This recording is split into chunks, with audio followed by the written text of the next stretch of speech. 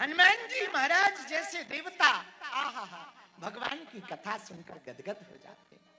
मेरे Kampala Uganda के पागलों, प्रिय श्रोताओं, हम एक निवेदन करना चाहते। तुम कथा में तो बैठ गए, बहुत अच्छा है। तुम्हें किसी को सोफा मिल गया, किसी को कुर्सी मिल गई, ये भी बहुत अच्छा है। लेकिन एक निवेदन करें, एक काम करना, 3 दिनों में तुम्हारे अंदर कथा बैठ जाए। यदि कथा बैठ गई तो जीवन का जीने का ढंग आ जाएगा। यदि कथा बैठ गई तो भगवान की भक्ति पा जाओगे। यदि कथा बैठ गई तो जीवन बड़ा सरल हो जाएगा। यदि कथा बैठ गई तो तुम ऐसा मानने लगोगे कि हम तो केवल इंस्ट्रूमेंट हैं, बजा परमात्मा रहा। हम तो साधन हैं, साध्य परमात्मा है। हम तो सेवक हैं, स्वामी परमात्मा है। हम तो उनके बालक हैं, पिता परमात्मा है। बोलो सीताराम, जोर से बोलो। इसीलिए हमने चौपाई ली, चारों युग परिताप तुम्हारा हे परि।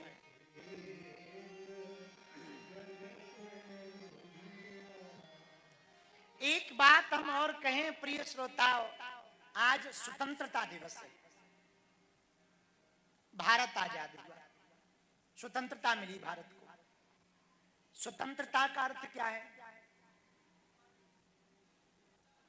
आजादी।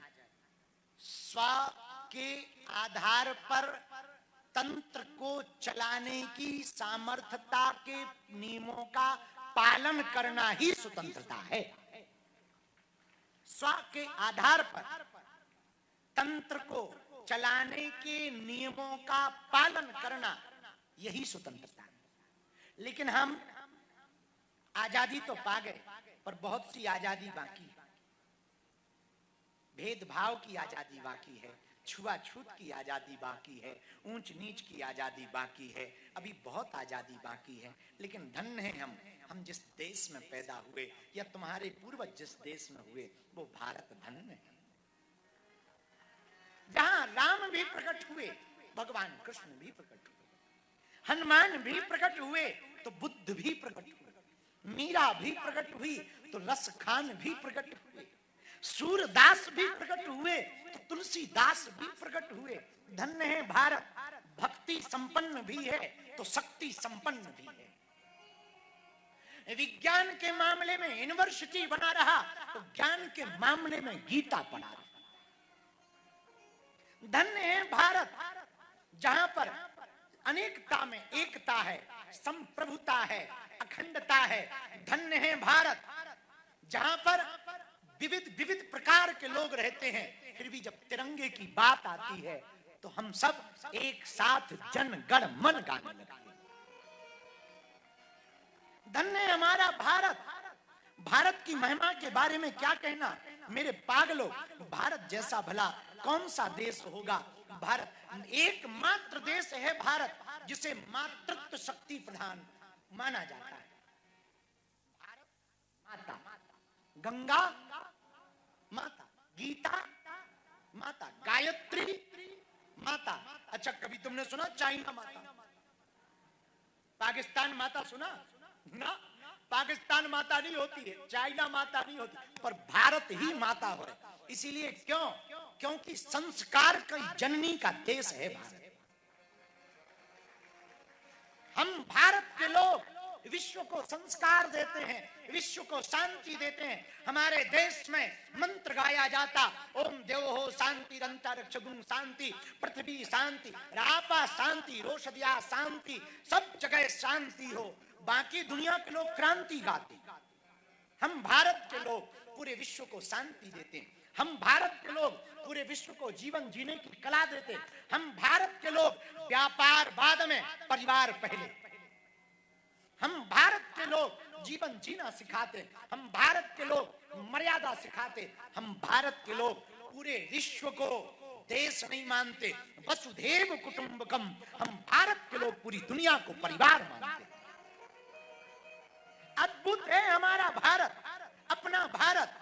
मेरे पागलों, तुम्हें गर्व होना चाहिए अपने भारत में।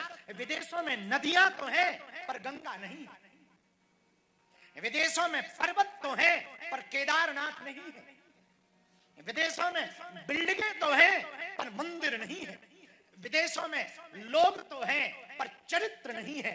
हमारे भारत में नदियां भी हैं तो गंगा भी है, हमारे भारत में पर्वत भी है तो केदारनाथ भी है, हमारे भारत में व्यक्ति है तो व्यक्ति का व्यक्तित्व भी है, हमारे भारत में चरित्र भी है तो हमारे भारत में राम चरित्र भी है। अद्भुत है हमारा भारत। मेरे पागलों, हमारे भारत पर आज हम जब सुबह भारतीय दूतावास में श्री एक्सीलेंस रावत जी साहब के साथ पहुंचे तब वहां पर हमारे भारत के तीनों आर्मियों के लोग आए। हमको बहुत गर्व हुआ। सच कहूं, व्यासपीठ से बहुत प्यार उमड़ता है, सम्मान उमड़ता है भारत की आर्मी के लिए। क्योंकि पता है तुम्हें, हमारे भारत की आर्मी वेतन के लिए देश सेवा नहीं करती, हमारे भारत की आर्मी वतन के लिए देश सेवा करती। इसलिए जब भारत में किसी पत्रकार ने हमसे पूछा कि आपकी नजर में रियल हीरो कौन है, तब हमने उनको कहा टीवी पर नाचने वाले हीरो हमारी नजर में जीरो हैं। हमारी दृष्टि में तो दो ही हीरो हैं, सरहद पर खड़ा जवान और खेतों में खड़ा किसान। मेरे पागलों, आपके पूर्वज जिस देश से जुड़े हैं अद्भुत है, अद्भुत है हमारा भारत। आप जिस देश की मिट्टी से जुड़े हैं अद्भुत है भारत। अपना भारत खेल में भी आगे बढ़ रहा, रेल में भी आगे बढ़ रहा। अपना भारत अब्दुल कलाम को भी राम राम करता है। अपना भारत रहीम रसखान के भी दोहा गाता है। अपना भारत ऑपरेशन सिंदूर के द्वारा घर में घुस करके मारता है, क्योंकि ये शास्त्र संपन्न भी है तो शस्त्र संपन्न भी है। हमारे भारतीयों का नारा है, भूले कर भी किसी को ना छेड़ेंगे हम, छेड़ने पर किसी को ना।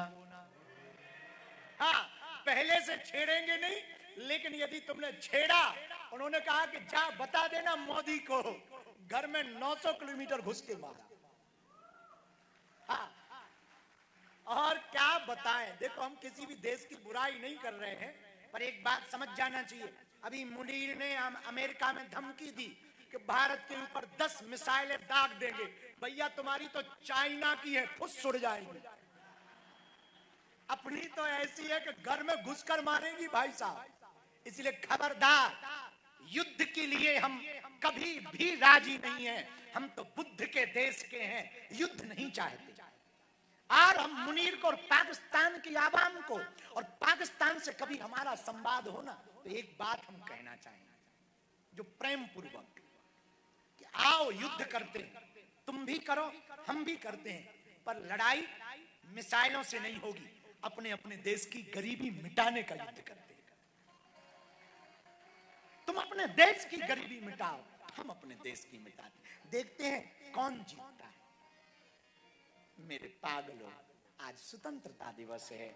आप सबको व्यासपीठ से बहुत बहुत शुभकामनाएं।